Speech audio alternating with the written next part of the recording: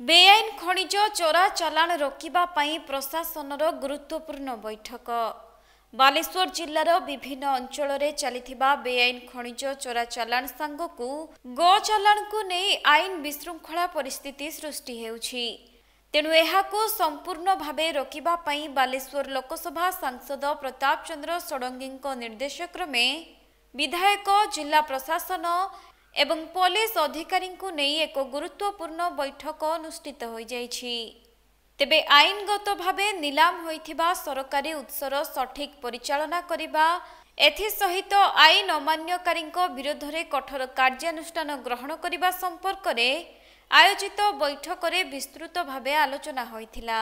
सेपटे दुर्नीति को कौनसी मते बर्दाश्त कराजिबो नाही बोली सांसद रोकठोक सुनाइछंती।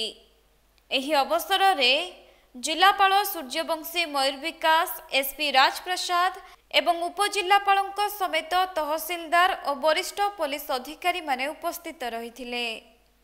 देखंतु अनेक जगह पुलिस अवहेला कारणरू कि जगह पुलिस कनाइवेंस कारणरू कि जगह दायित्वहीनता कारणरू कि जगह समन्वय अभाव कारणरू ये घटना चलती। जिते माइनर मिनरल चोरी होची आम बहुत प्रेसर करी करी कौन कौन एक्शन है तल स्तर में कौन कोऑर्डिनेशन नहीं आज जना पड़ा। माइन अफसर माड़ खाई बारंबार माड़ खाऊँ गोटे जगह एफआईआर रजिस्ट्रेशन कर जन को अरेस्ट कर गोटे जगह मोटे एफआईआर रजिस्ट्रेशन कर 15 दिन काल कहते नामटा मिसमैच होची। आज सब माने वार्निंग दिगला एसडीपीओ को आईएएस को एसपी कहीदे तुम्हें सस्पेंड हो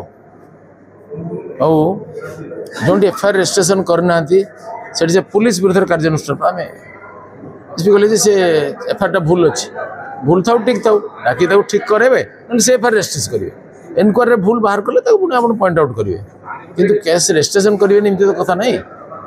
माड़ खाई अफिसर तुम्हें रेजिस्ट्री कर कनस्टेबल माड़ खाई रेजिस्ट्री कर हम से एफआईआर आज घंटे भितर रजिस्ट्रेशन करेंगे एसपी जवाब देले।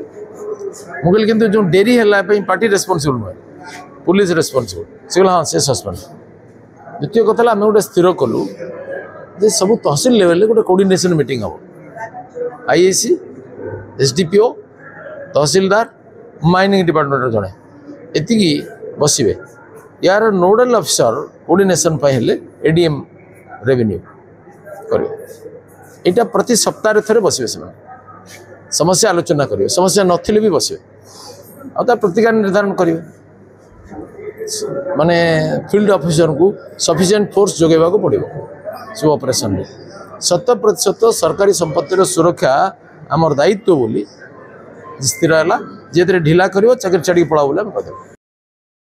बालेश्वर प्रसंजित सेठी रिपोर्ट कोणार्क लाइव।